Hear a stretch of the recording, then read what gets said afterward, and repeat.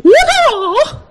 This is Bruce Z. Secret report is sent by madcats.com to uncover the truth behind the worldwide 5-man tournament.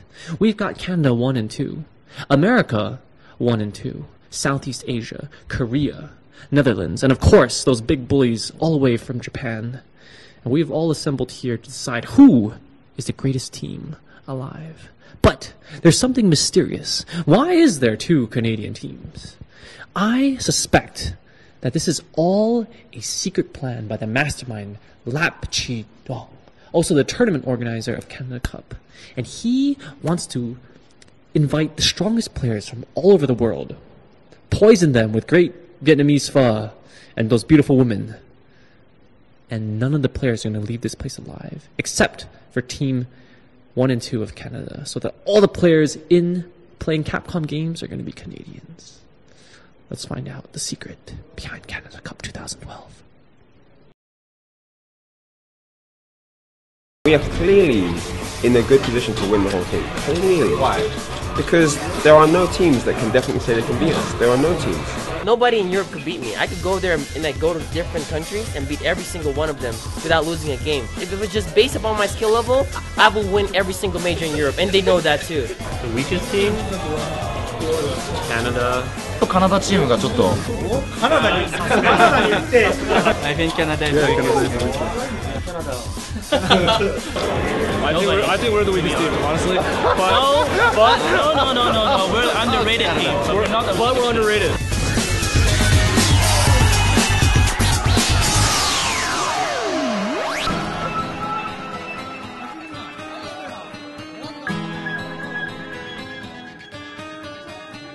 I am here with Canada's premier hockey player, the Wayne Gretzky of Canada, Lap Chi Duong, and he is the mastermind behind Canada Cup 2012, one of the greatest shows on the fighting game circuit. Please tell us about the history of how Canada Cup came to be.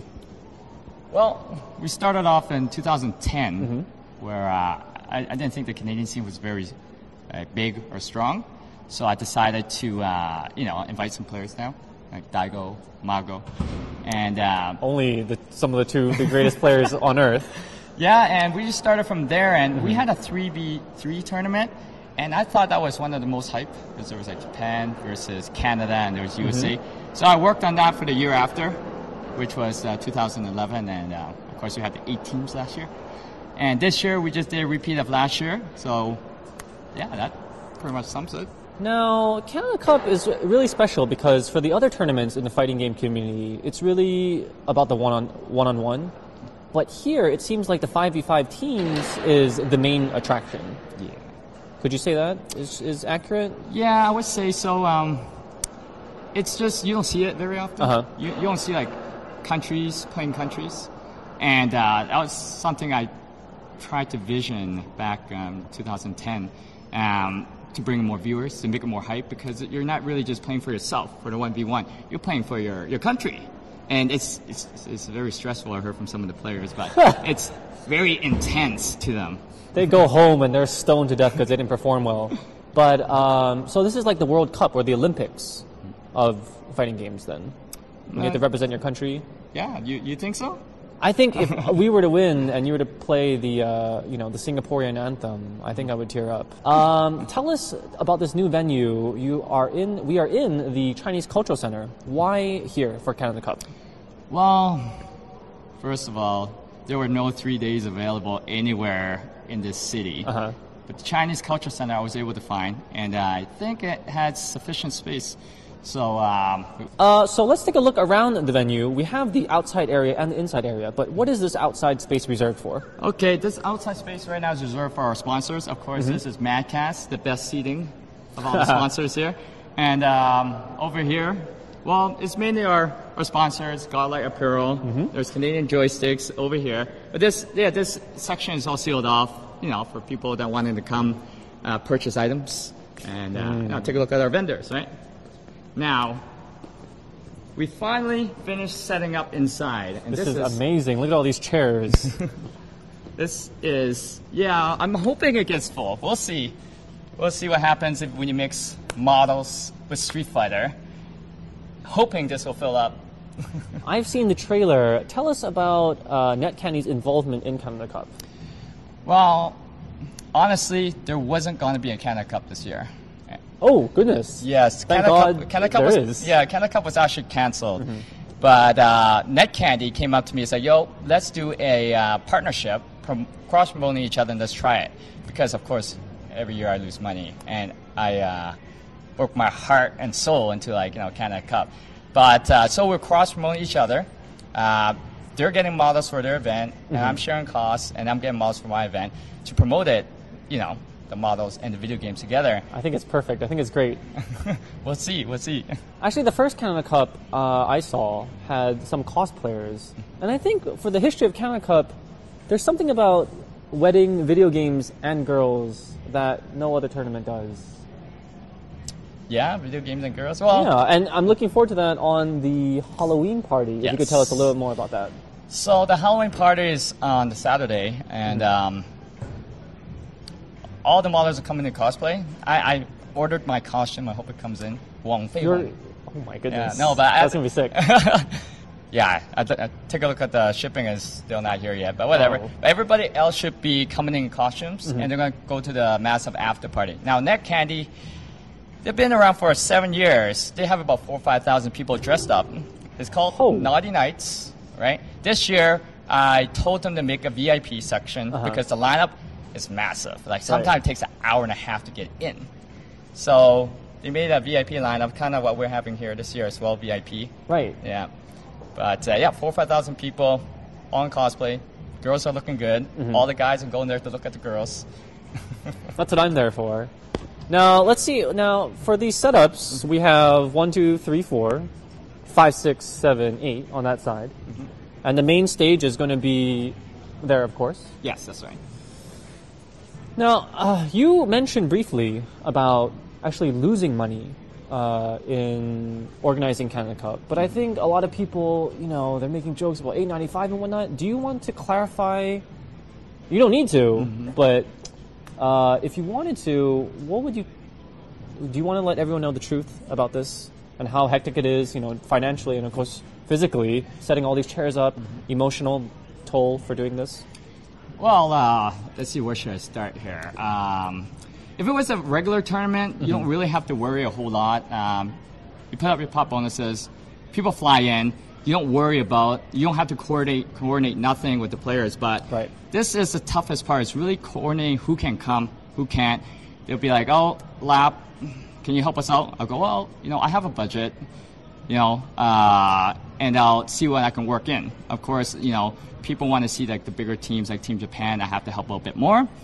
Team Korea, that kind of stuff. Other countries are just some come on their own, which is very nice. But let's go back to the budget here. Because I know no one likes to lose money, and yet this seems like more a labor of love. But so they asked me, why do you host Canada Cup and you lose so much money? You put on so much time and effort, and let me explain what type of effort is involved. If you're a married guy, right? This is about 5 weddings all at once. You're planning 5 weddings all at once, okay? And you lose money. It's in the 5 digits. And why do I do it? At first, I really love the game Street Fighter, just because I love kicking people's asses. It's. I was saying that you're the strongest tournament organizer in the world. No, there's Alex Valle. We'll see. I got to play. Oh, okay. He's up there. But he's coming here, so you guys can settle the score. Okay. I think I'll win. Right. But we'll see. But where were we? About 5 weddings, and if you lose money, it is in the 5 digits. So why do you do it? Why do you take on that risk? At first, I wanted to level up the scene in Calgary because we were considered one of the worst players in all of Canada. We had like beef with Edmonton, and then more people just showing up to our tournaments, and more people just want to level up. Now I just want to level up Canada. Yo, you come into our turf, you got to defend it. So it's really for the love of the game and really, Canada. You've got 2 teams this year, so what happened? Why is there a second team? No. Yeah, no, some people might be surprised. Oh, why isn't there a second Japanese team? Or is there two Canada teams? Well, it really goes on to budgeting. You have to have a Team Japan. They'll get you one of the most viewerships. USA. We were originally trying to get 16 teams here. And then, of course, a lot of people can't come. You know how a lot of people save money and go to EVO? Yeah. But Canada, Canada, they smell the money. But Canada Cup, we're trying to get a whole team over. And, you know, as being a team captain, like someone like Ryan Hart's trying to coordinate it all, it's very, very tough for him. Absolutely. As well. I'm lost in thought today, man. It's all right. I think that the lineup this year is going to be good. Yeah, who's your favorite to win this year? Well, the team that they assembled for Japan, they have to be the favorites. But Mago is playing somebody very interesting this year. I think he's going with... I watched Topanga TV, so I think he's either going with Adon or Kami. We'll see how that works out. I don't know. So let's go back to the weakest team this year. Oh, right. We have to do that. That's a tradition. we have to talk about... Okay, what in your opinion... Who do you think is gonna get last place this year? I didn't even know Netherlands played Street Fighter. There's my answer. Really? Yeah. That's gonna be interesting. Yeah. I'm probably gonna eat my words. We do this every year, and then I look like an idiot because, you know, just like last year, a lot of people underestimated Team Canada, and look how well they did last year. So I should have. I'm gonna tell my cameraman to cut that. I take that back. You have to respect every team, definitely. Yeah. Well, hopefully this year they're going to come in strong.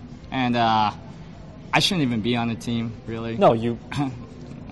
I've seen you beat the players that you sponsor before.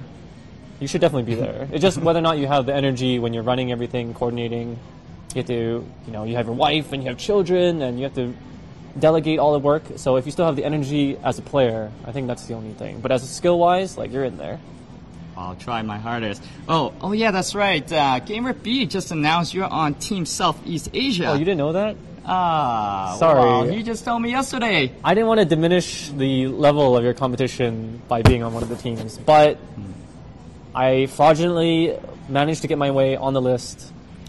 One more person did too. Team Korea. You hear about Team Korea? Oh, right. Who's replacing Pungo? So... Is he here? Is Pungo here? No, I don't see Pungo here at all today. I don't know what happened. We had an agreement. He was supposed to come, but that's unfortunate. He'll definitely be missed if Team Korea doesn't win. Well, I don't know. That's hard to say. It's very sensitive. It is very sensitive. Actually, it's arguable that as good of a player as Pungo is, it might not be in the team's best interest for chemistry. Yeah. So... I don't know. I mean, we all love Pungo. I hope he's alive and well. I hope he hasn't defected to the north of the border. I think we should, the next time, because he eats a lot of the food that you buy, just put in a GPS. GPS? Into the fried rice, and then we can track Pungo worldwide, wherever he is. But yeah, we're looking forward to that, because there is, I think from the beginning of Canada Cup, for the teams for this year, to the teams that are actually coming here, is a little different, so really excited to see how it turns out. Me too, definitely. I'm very interested to see if we could really fill up this place. We gotta be hyped. How many seats are there? How many people? How many butts do we need in this arena to fill it out? I think we need 600 at least. Yeah, but there's gonna be a lot of standing people. This capacity is around 1,500 this year. Oh, so okay. It's inside both places. Now, what else is there? Import models, I think they can do the job. We'll see. Tomorrow kicks off at what time? 9 a.m. 9 a.m. And then pools start around 10, I think. So. Okay. But check the Canada Cup schedule. www.canada-cup.ca schedule. Right here. Okay. All right. All right. Check out the stream tomorrow, guys. Twitch.tv/Canada Cup, Canada Cup 2, and Canada Cup 3. I know of no other tournaments that have this many streams, but there are so many players here and so many games. Definitely, it's going to be a stream monster's paradise this weekend. Everyone is just going to be the quarterback, the armchair quarterback, be like, oh no, you shouldn't do that. Don't uppercut there. Check it out. This is Z and Lap Chi. Canada Cup 2012. It's going to be the craziest thing to end out a year. See you.